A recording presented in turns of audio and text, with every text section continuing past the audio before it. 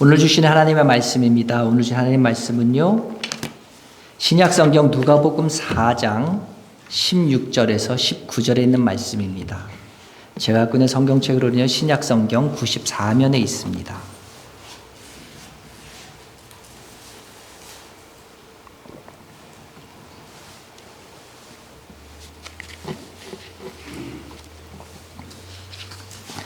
신약성경 누가복음 4장 16절에서 19절에 있는 말씀입니다.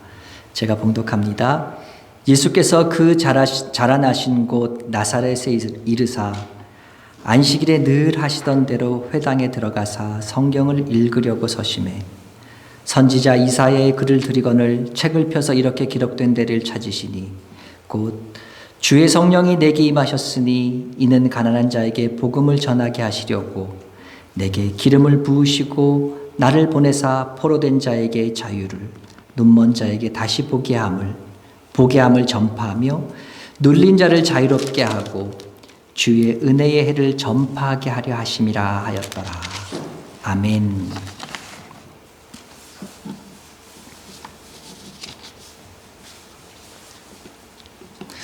우리 선언하다라는 말이 있습니다. 선언하다. 이 선언하다라는 말을 사전에서 찾아보면은요, 어떤 사람이나 단체가 사실 혹은 자신의 의지를 다른 사람 앞에서 말하는 것, 이렇게 사전에는 기록이 되어 있습니다.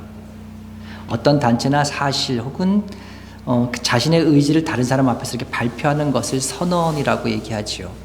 그러면서 그 선언한 내용들을 글로 적어서 남긴 것을 우리는 선언문이다, 이렇게 말합니다. 우리가 잘 아는 선언문에는 어떤 것이 있습니까? 5등은 자의 조선의 독립국인가라로 시작되는, 그러니까 쉬운 말로 말하면은 우리는 이에 우리 조선이 독립한 나라임과 이렇게 시작되는 3.1절 날 읽었던 기미 독립선언문이 있습니다.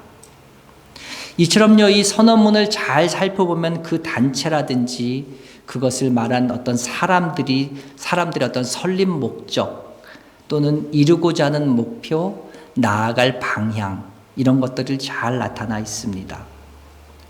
오늘 우리가 읽은 누가복음 4장 16절에서 19절, 특별히 18절에서 19절 말씀을요, 예수님의 사역 선언문이다, 이렇게 부릅니다.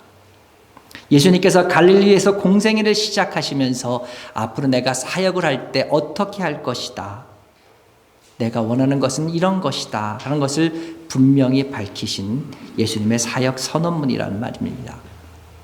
먼저 한번 16절부터 볼까요? 16절에 무슨 말씀이 있습니까? 예수께서 그 자라나신 곳 나사렛에 이르사 안식일에 늘 하시던 대로 회당에 들어가사 성경을 읽으려고 서심해. 선언문을 하기 전에 예수님께서 하신 예수님의 그날 안식일의 기록이 나옵니다. 근데 여기서 우리가 주목해 볼 단어가 하나 있습니다. 그것은 뭡니까? 안식일에 늘 하시던 대로 회당에 들어가셨다. 안식일에 늘 하시던 대로. 예수님께서는요, 안식일 되면요, 늘 회당에 가셨다는 말이지요. 예수님께서는요, 안식일을 귀하게 여기셨고 안식일을 존중하셨습니다. 율법으로부터 우리는 자유합니다. 그렇기 때문에 그 이유 때문에 주일날 예배드리는 것, 주일 성수하는 것을 소홀하게 여기기도 하고요. 또는 주일날 교회 나오는 것을요, 어떤 교회 나가서 봉사하기 위해서 혹은 나가서 다른 분과 만나는 사람 만나기 위해서 나온다는 그런 분들을 우리 주변에서 가끔 보게 됩니다. 아닙니다. 주일의 의미는 뭡니까? 주일에는요, 교회에 나와서요. 여러분 교회 나오려면 여러분들 교회 나오실 때 그냥 집에 있던 이 옷 입은 채로 그냥 나오시진 않잖아요. 옷이라도 하나라도 좀 더 깨끗한 옷을 입고 준비하고 나오시잖아요. 준비하다 보면요, 우리의 마음가짐도 달라집니다. 주일에는 교회에 나와서 예배를 통해서 우리에게 주시는 은혜를 겸손히 구하고요, 그 은혜를 기쁨으로 받아서 받은 은혜를 가지고 서로 성도들과 나누는 교제를 하는 날, 그날이 바로 주일입니다. 예수님께서도 그러하셨다는 말입니다. 이어지는 말씀은 무슨 말씀입니까? 이어지는 말씀은 예수님께서 이사야서를 받으셔서 읽으신 말씀인데, 이사야서 61장 1절에서 2절에 있는 말씀입니다. 18절 19절에 이런 말이 있습니다. 주의 성령이 내게 임하셨으니 이는 가난한 자에게 복음을 전하게 하시려고 내게 기름을 부으시고 나를 보내사 포로된 자에게 자유를 눈먼 자에게 다시 보게 함을 전파하며 눌린 자를 자유롭게 하고 주의 은혜의 해를 전파하게 하려 하심이라 하였더라. 예수님의 사역 선언이 정확하게 나타나 있습니다. 근데 이것을요, 본문을 서열형으로 정리하면요, 5가지로 나눕니다. 첫째는 뭐가 됩니까? 가난한 자에게 복음을. 두 번째는요, 포로된 자에게 자유함을. 세 번째는 눈먼 자에게 다시 보게 함을. 네 번째는 눌린 자유를 자유케 하고. 다섯 번째는 주의 은혜의 해를 전파하게 한다. 이렇게 5가지로 서술형에 보면 이렇게 볼 수 있습니다. 이것을 하나 생각해 볼까요? 가난한 자에게 복음을 전한다. 여기서 말하는 가난한 자는요, 세상 가운데 쓸 것이 없어서, 물질이 없어서 말하는 가난한 자만을 얘기하는 것은 아닙니다. 만약에 그런 분이었다면 이렇게 얘기했겠죠. 가난한 자에게 도움을, 혹은 가난한 자에게 구제를, 이렇게 말씀하셨을 거예요. 근데 여기서 뭐라고 말합니까? 가난한 자에게 복음을. 이 말은요, 우리가 세상 가운데 물질이 없어서 가난한 자뿐만 아니라 마음적으로, 영적으로 가난한 자를 말하지요. 영적으로 가난한 분은 어떤 분들입니까? 하나님께서 원하시는, 기뻐하시는 삶을 살아갈 수가 없는 분들입니다. 그러다 보니 어떻게 돼요? 죄악 가운데 살아갈 수밖에 없지요. 그런 분들에게, 영적으로 가난한 분들에게 복음을, 예수님께서 죄의 문제를 해결하셨다는 복음을 전하기 위해서 예수님께서 오셨다는 말이지요. 근데 왜 가난한 자에게, 이 영적으로 가난한 자에게 복음을 전해야 됩니까? 많은 분들이요, 내가 영적으로 가난한 자를 모르고 있어요.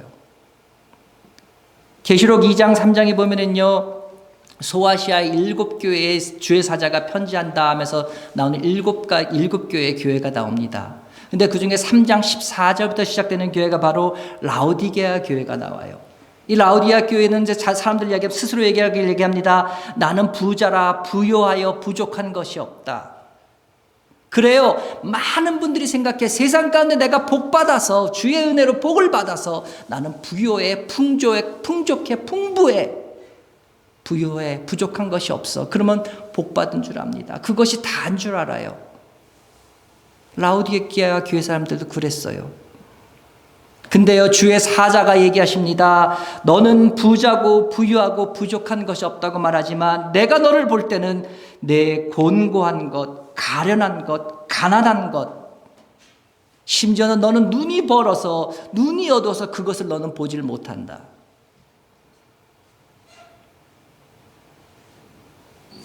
여러분, 눈이 어두워서 보지 못한다는 것을 기억하십시오.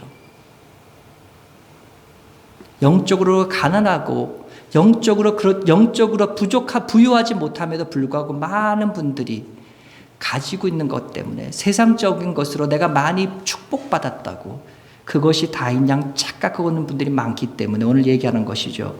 가난한 자에게 복음을. 두 번째는 포로된 자에게 자유를. 여기서 포로된 자는요, 가난한 자와 이어집니다. 영적으로 가난하니까, 죄악 속에 물들어 살다 보니까 죄의 포로가 된 자에게 자유함을입니다. 세 번째는요, 눈먼 자에게 다시 보게 함을. 말씀드렸죠. 아까도 눈먼 자라고 기억하라고 그러셨죠. 눈먼 자에게 다시 보게 함을. 눈먼 사람이 이제 바로 볼 수 있다는 말이지요. 네 번째는 뭐라 말합니까? 눌린 자를 자유케 하고. 여기서 눌린 자는요, 우리 기독교의 복음이요, 영적인 것만 다루는 것이 아니라 세상 가운데 세상 삶도 다루는 거예요. 여기서 눌린 자는 뭡니까? 세상 가운데 눌려있는 자는 것, 압박 가운데, 고난 가운데 눌린 자들에게 자유함을. 다섯 번째는요, 주의 은혜를 전파한다. 주의 은혜는 뭡니까? 안식년이 7년인 7년마다 돌아오는 해를 안식년이라 그럽니다. 그 7년이 7번 되는 해, 그러니까 7, 7은 49죠. 49년째 되는 해, 그 다음에 50번째 되는 해를 희년이라고 부릅니다. 그 희년이 바로 주의 은혜에 대해 주빌리라고 얘기했죠. 주의 은혜입니다.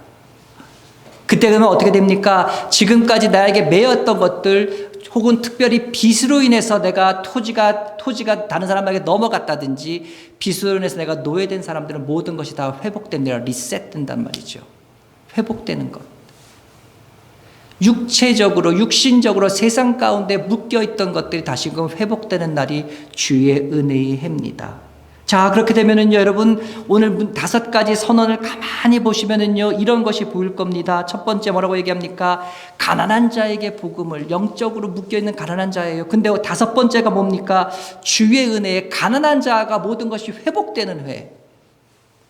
첫 번째와 5번째가 맥락이 같습니다. 영적으로 묶여있는 모든 것, 가난한 자를 말한다면 5번은 육적으로 묶여있는 모든 것들을 말하는 거죠. 두 번째는 뭐라고 얘기합니까? 포로된 자에게 자유함을, 죄악에 포로된 자에게 자유함을. 네 번째는 뭐라고 얘기합니까? 눌린 자에게, 세상 가운데 억압받고 눌린 자에게 자유를. 오늘 말씀이 첫 번째, 두 번째, 세 번째, 네 번째, 5번째를 진술하고 있는데 첫 번째가 5번째 반복되고요. 두 번째가 4번째 반복됩니까? 무엇을 중심으로? 세 번째 말씀, 눈먼 자에게 다시 보게 함을 중심으로요. 이런 것을 뭐라고 얘기합니까? 이런 것을 카이즘 구조라고 얘기합니다. 한국말로 얘기했을 때 대칭순환 구조라고 얘기합니다. 성경에 굉장히 많은 곳에서 이런 구조가 보여지지요. 이런 대칭순환 구조에 반복되는 이 구조에서 핵심 구조는 어떻게 됩니까? 반복의 중심에 서 있는 구절. 그러니까 오늘 본문에서 말하면 세 번째, 눈먼 자에게 다시 보게 함을 전파한다. 이 말씀이 핵심적인 구절이 됩니다. 왜 눈먼 자에게 다시 보게 함이 핵심적인 구절이 됩니까? 우선 다시 보게 한다는 말은 어떤 전제가 있습니까? 다시 보게 한다. 이것에는요, 그전에는 보았다는 말이죠. 그전에는 볼 수 있었다는 말이에요. 그전에는 볼 수 있었는데 지금은 볼 수 없다. 예전에는 보았는데 지금은 볼 수 없고, 그렇기 때문에 이제 어떻게 볼 수 있도록 회복시켜 주시겠다. 그런 말이 들어 있습니다. 하나님께서 세상을 창조하셨습니다. 창조하시는 매일매일 주님께서 말씀하셨습니다. 보시기에 좋았더라. 보시기에 좋았더라. 보시기에 좋았더라. 사람을 창조하신 마지막 6째 날 특별히 뭐라고 말씀하십니까? 보시기에 심히 좋았더라. 하나님께서 사람을 창조하셨을 때 보시기에 심히 좋으셨다면 그때는 모든 것이 완벽한, 분명히 볼 수 있는 모습으로 만드셨을 겁니다. 하나님께서 볼 것을 보지 못하는데 그것을 보시고 보기에 심히 좋았더라. 부족한데, 완벽하지 못한데 그렇게 말씀하시지 않으셨을 거예요. 그렇다면 창조되었을 때 틀림없이 보았던 사람들이란 말이죠. 근데 왜 우리가 보지 못하게 되었습니까? 이사야서 59장 2절은 얘기합니다. 너희 죄악이 너희와 하나님 사이를 갈라놓았고 너희 죄가 그 얼굴을 가려서 너희를 듣지 않게 하셨다. 너희 죄가 하나님과 너희 사이를 갈랐다. 너희 죄가 누구를 가려서 하나님의 얼굴을 가렸다는 거. 얼굴을 가리면 제일 먼저 뭐가 어떻게 돼요? 안 보여요. 보이지 않는다는 거예요. 듣지 못하고요. 죄로 인해서요, 우리는요, 하나님을 볼 수 없게 되었고요. 죄로 인해서 우리는 하나님께서 말씀하시는 것을 들을 수도 없는 그런 존재가 되었어요. 근데 문제는, 더 심각한 문제는요, 우리가 그것조차도 모르고 산다는 거예요. 그래서 우리는 생각합니다. 나는 부유하다, 부족함이 없다, 풍족하다. 실상은 어떤데요? 비참한데요. 실상은요, 불쌍하고 가난하고 눈이 멀어서 못 보고 있는데요. 그렇기 때문에 예수님의 사역의 목표의 1번이 뭡니까? 눈먼 자에게 다시 보게 하는 것. 그것이 너무나 당연한 것, 너무나 분명한 것이 우리는 알 수 있지요.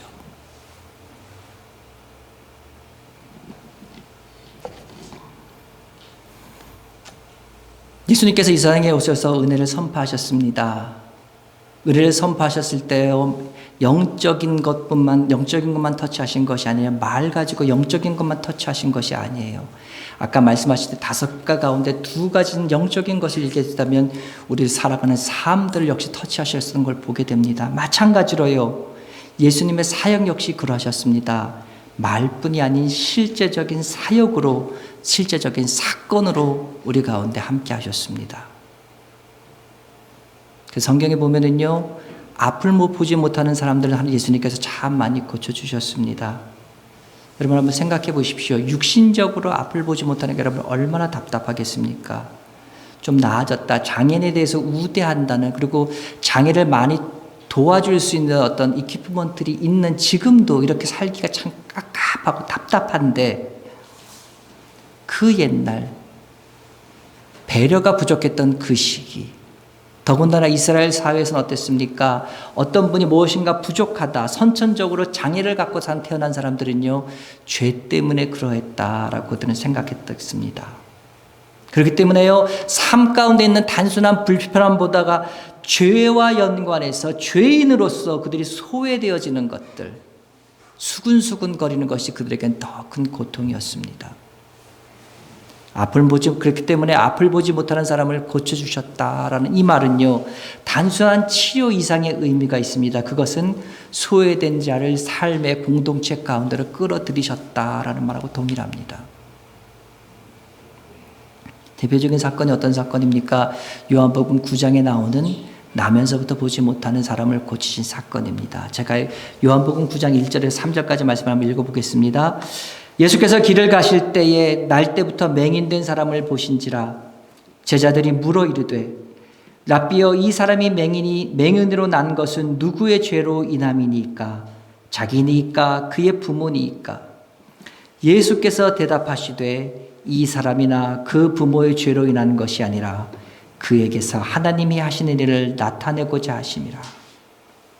오늘 요한복음 9장에 있는 이 사건에서도 분명히 보이죠. 제자들이 예수님께 무엇을 말합니까? 저 사람이 앞을 보지 못하는 것은 저 사람의 죄 때문입니까? 부모의 죄 때문입니까? 당시 이스라엘 사람들에게 있어서 편만하게 일반적인 이거 생각이었지요. 장애가 있다는 것은, 선천적인 장애는 죄로 인한 것이다.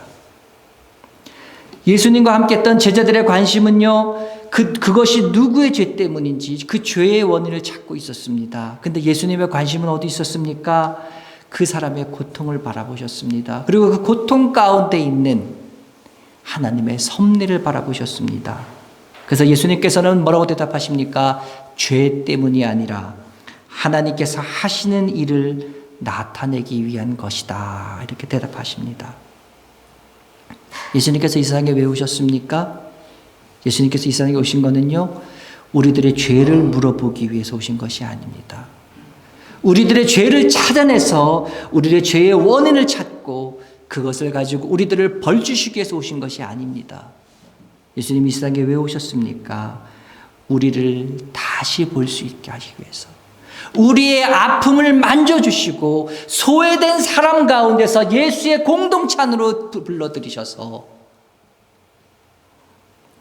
우리 삶 가운데 하나님의 영광이 드러나는 삶, 그와 같은 삶을 살게 하기 위해서 예수님은 오셨습니다.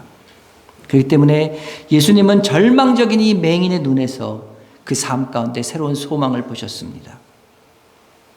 이 사건이 더욱더 중요한 이유는 무엇입니까? 더 중요한 이유는요, 그가 눈을 뜬 이후에 일어난 사건 때문에 그렇습니다. 그러니까 눈을 뜬 이후에 어떻게 됩니까? 자신을 고쳐준 분이 누군지 알게 됩니다. 그렇다면 여기서 분명히 예수님께 오신 사역의 목적이 보이게 됩니다. 그것은요, 앞을 못 보는 사람에게 있어 눈을 뜨게 해주는 것이 중요한 것이 아니라 눈을 뜨게 해주신 사람이 누구신가를 알게 하는 것. 알게 한다는 것과 동의어가 뭡니까? 믿는다는 말이죠. 예수님을 믿게 한다는 것이지요. 보게 한다는 것은 변합니다. 예수님의 제자들은 나면서부터 맹인된 사람의 상황을, 그 상황을 설명하고 그 이유를 찾아 애썼습니다. 그들에게 중요한 것은 왜 맹인이 되었는가? 왜 눈을 보지 못하는가? 그 이유였습니다. 그러나 예수님께서 이 세상에 오신 것은요, 우리에게 나타나 있는 현상, 우리에게 나타나는 환경, 그것이 왜 그런가? 그 이유를 찾고 그것을 설명하시기 위해서 이 세상에 오신 것이 아니라 예수님께서 이 세상에 오신 것은요, 변화 때문에 오셨습니다. 그렇기 때문에 다시 본다는 의미는요, 우리에게 익숙한 말로 바꾸면 변화된 삶, 거듭난 삶과 동일합니다.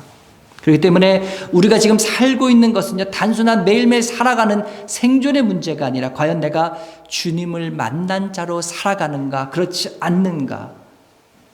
여기에 우리가 살아가는 그 중요한 목적과 이유가 있습니다.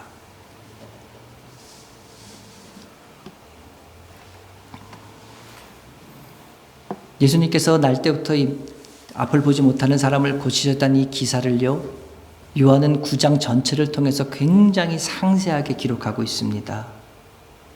근데 이 참 여기서 놀라운 것을 우리를 하나 발견하게 되는 것이 있습니다. 그것은요, 예수님께서 그 사람의 병을 고쳐주셨는데 그 고쳐주신 것을 보고 모든 사람들이 기뻐한 것은 아니라는 겁니다. 바리새인들은요, 그가 나면서부터 앞을 못 보던 사람이 눈을 떠서 보게 되었음에도 불구하고 전혀 기뻐하지 않았습니다. 오히려 예수님을 비난합니다. 안식일에 병을 고쳤다. 안식일을 범했다. 이것은 비단 이번 사건에만 국한되는 것이 아닙니다. 비슷한 사건인 바디메오, 앞을 못 보는 사람인 바디메오를 고쳐줄 때도 똑같은 일이 일어납니다. 예수님과 함께 많은 무리가 여리고로 올라가고 있습니다. 예수님과 많은 사람들이 함께 한 곳을 바라보면서 가고 있었지만요, 거기 있었던 바디메오에게 관심을 가진 사람은 아무도 없습니다. 그들은요, 주님께 원하고 바라는 것이 분명히 있었습니다. 그러나 그들의 관심은 주님께서 바라고 원하는 그 관심과는 분명히 달랐습니다. 그래서 어떤 일이 생깁니까? 바디메오가 소리를 지릅니다. 다윗의 자손 예수여 나를 불쌍히 여겨 주시옵소서. 다윗의 자손 예수여 나를 불쌍히 여겨 주시옵소서. 다른 사람들이 말립니다. 그러자 더 큰 목소리로 다윗의 자손 예수여 나를 불쌍히 여겨 주시옵소서. 그랬을 때 그것에 대해서 마가복음 10장 48절은 이렇게 기록합니다. 많은 사람이 꾸짖어 잠잠하라 하되. 여기서 꾸짖었다면 단순하게 못하게 야단쳤다는 말이 아니에요. 굉장히 위협적으로, 굉장히 억압하면서 강압하고, 아마 어떤 육체적인 이런 신랑이, 드잡이 이렇게까지 해가면서 그 사람을 말렸다는 말이지요. 잠잠하라고요. 여러분 참 재밌지 않습니까? 몇 사람이 아니라 예수님 주변에 있는 많은 사람이 소리질러 꾸짖어 잠잠히 하라 얘기했단 말이죠. 목회를 하다 보니까요, 그러면서 깨닫게 되는 것들이 많은데 그 중에 한 가지가 뭐냐면은 우리들의 신앙 성장을, 우리들의 믿음을 가로막는 가장 큰 장애 요인, 우리의 축복의 통로를 막고 있는 그런 많은 원인들이 우리들의 환경, 우리들의 어려움들일 수도 있지만 그것보다 더 큰 장애가 바로 사람이라는 거지요. 그것을 많이 느낄 때가 있습니다. 그것도 세상 사람들이 아닌요, 같은 예수 믿는 사람들 때문에요. 예수님도 그래서 말씀하십니다. 마태복음 13장 15절에서 말씀하십니다. 이 백성들의 마음이 완악하여져서 그 귀는 듣기는 둔하고 눈은 감았으니 이는 눈으로 보고 귀로 듣고 마음으로 깨달아 돌이켜 내게 고침을 받을까 두려워함이라 하였느라. 주님이 분명히 말씀하셨어요. 귀가 듣기는 둔하고 눈도 어두워서, 눈을 감아서 어두워서 보지도 못하는 거예요. 그래서 예수님께서 말씀하셨을 때 눈으로 보고 귀로 듣고 마음으로 깨달아야 되는데 그것을 두려워한다는 거예요. 왜요? 들은 대로, 깨달은 대로, 본 대로 하면은요, 예수님을 따라가야 되니까요. 그러려면 어떻게 되니까요? 많은 것을 포기해야 되니까요. 내가 가지고 있던 귀한 것들, 내가 지금까지 우선순위 했던 것들을 내려놔야 되니까요. 그러니까 억지로 감습니다. 억지로 귀를 담습니다. 마치 누가 같습니까? 율법을 따랐던 바리새인들이 예수님을 핍박했던 것 같습니다. 오늘날에서도요, 세상과 짝하면서 세상적, 육신적, 물질적으로 신앙하고 있는 우리 주변에 소위 예수 믿는다는 그런 분들이 그러합니다. 그런 분들이 예수 믿겠다고 하는 진리 가운데 천국을 향하여 가고자 하는 우리들을 시험합니다. 우리들을 낙심에 빠지게 합니다. 오늘 이 말씀 가운데 우리가 주는 교훈이 무엇이 있습니까? 그것은요, 사람 바라보지 말라는 겁니다. 여러분, 사람 기대하지 마십시오. 사람 기대지 마십시오. 여러분을 가로막고 여러분을 상처 주는 사람이 있다면요, 신앙생활하고 믿음생활을 해나가면서 진리 가운데 천국을 향해서 걸어나가고 있는데 가로막는 사람, 상처 주는 사람이 있으면 여러분 거기에 휩쓸리지 말고요, 아랑곳하지 말고 주님만 바라보면서 터벅터벅 작은 걸음일지라도 걸어나갈 수 있는 여러분 되시기 바랍니다. 부르짖어 기도하면서 나가십시오. 바디메 역시 주님에 나오는데 사람들을 보고요, 사람들한테 거는 기대가 있었다면, 나를 도와줄 거야, 내가 그 앞에 가는데 나를 이끌어줄 거야 하는 그런 기대가 있었으면요, 아마 이 바디메오는 그를 꾸짖어 잠잠하게 하는 그 모습 때문에 실망하고 그 자리에 떠났을 거고, 그는 평생을 눈을 뜨지 못하고 살았겠지요.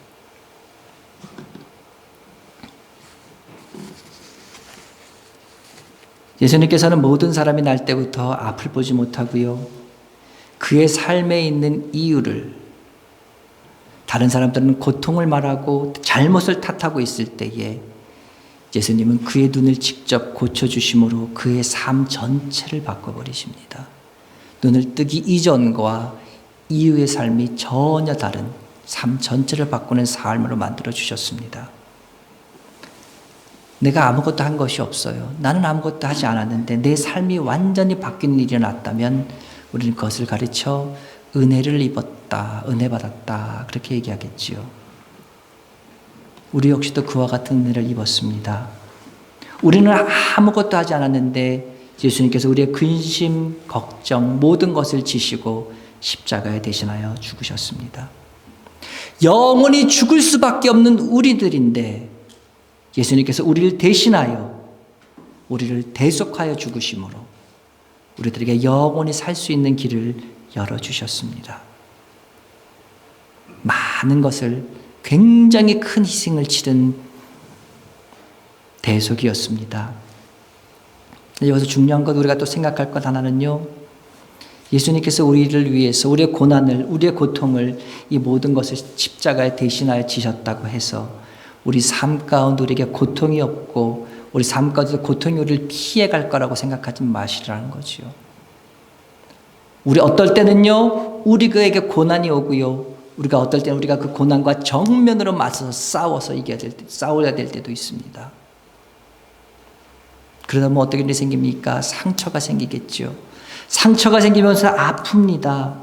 상처가 생기고 아파도 시간이 지나서 회복되었다 할지라도 우리들에게는 그것에 대한 흉터가 생길 수밖에 없습니다. 고통이 사라졌다 하더라도 그 과거의 아픈 흔적이 계속 남아 있습니다. 상처를 받게 되면 마음이 다칩니다. 마음이 다치면 어떻게 됩니까? 우리들이 생각할 때 부정적이기 쉽고요. 그러다 보면요, 불평하고 모든 것들을 다른 사람에게 돌려서 원망합니다. 주님, 나는 주님을 따르는 사람으로 살기를 원합니다. 주님께서 원하시는 그 모습대로 살기를 원합니다.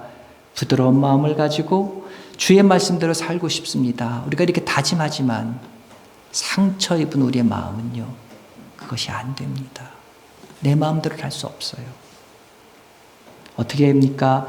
주님께서 부드러운 마음을 주시고 우리들 마음속에 성령을 부어주시면 할 수 있습니다.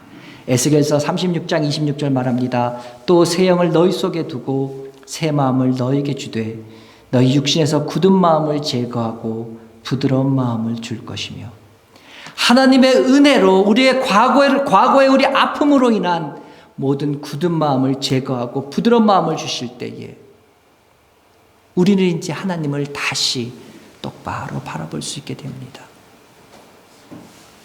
사랑하는 여러분, 누군가의 눈을 뜨게 하신 이 기적과 같은 사건이 다른 사람의 입에서 다른 사람의 입으로 전해지게 되면서 또 다른 누구에겐 소망이 되었을 겁니다. 아, 주님께서 오시면 나를 고쳐주실 수 있다. 나도 그와 같은 소망을 안고 살아야지 소망이 될 수 있었을 거예요. 이거와 마찬가지로 예수님께서 오신 성탄절을 기다린 이 대강절이 바로 우리 눈을 다시 뜨게 하기 위해서 오시는, 우리 주님을 만날 수 있는 그와 같은 기대, 그와 같은 기다림이 있는 시간이 되어지기를 간절히 원합니다. 우리가요, 예수 믿는다는 것이 그런 것 같습니다. 예수 믿는다는 것이 기다림, 또한 기다림 가운데 우리를 통해서 이루실 것을 기대하는 기대감, 그것이 예수 믿는 것 같아요. 바라기는요, 예수님이 지나가시는 소식을 듣고 기다렸던 그 바디메오의 그 마음으로, 그리고 눈먼 자들을 향해서 가지고 있으셨던 예수님의 그 마음을 생각하시면서 성탄절을 기다리는 이 대강절 기간이 되시기를 주님의 이름으로 축원합니다. 바라기는요, 주님 오셨을 때 우리의 눈은 회복되어져서 다시 볼 수 있음을 다시 한번 기억하시고, 주님 내가 다시 보기를 원하나이다 고백할 수 있는, 다시 보기를 원하나이다 기도할 수 있는 여러분 되시기를 주님의 이름으로 부탁드립니다. 기도합니다. 하나님 아버지 감사합니다. 주님 오신 성탄절을 하루 앞둔 오늘, 한 주 앞둔 오늘, 주님 이 성탄절 앞둔 이 대강절 기간을 어떻게 지낼까를 다시 한번 돌아보았습니다. 주님께서 우리에게 닫힌 눈을 다시 열어주셔서 다시 보게 하시기 위해서 오셨음을 보았습니다. 하나님, 우리의 닫힌 눈을 열어주시옵소서. 우리 하나님 아버지 어두워진 눈을 밝히 보여주시옵소서. 그래서 하나님, 이 세상 살아나가면서 많은 사람들이 가진 것 때문에 자랑하고 많은 사람들이 있는 것 때문에 자랑할 때에 우리는 주님 바라보면서 주께서 주신고자 하시는 그것만 바라보면서 열린 눈을 가지고 주님 바라보면서 걸어나갈 수 있는 우리들 되어져 갈 수 있도록 주님 도와주시옵소서.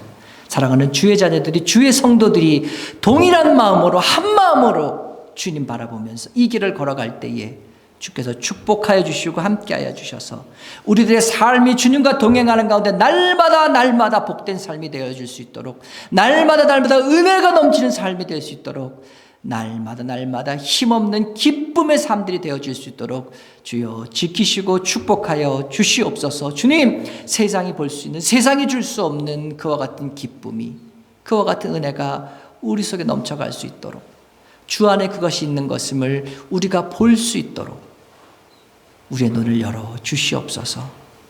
주님 오실 날, 그날을 기다리면서 감사한 우리 될 수 있도록 주님 도와주시옵기를 기도하면서 예수님의 이름으로 기도드렸사옵나이다. 아멘.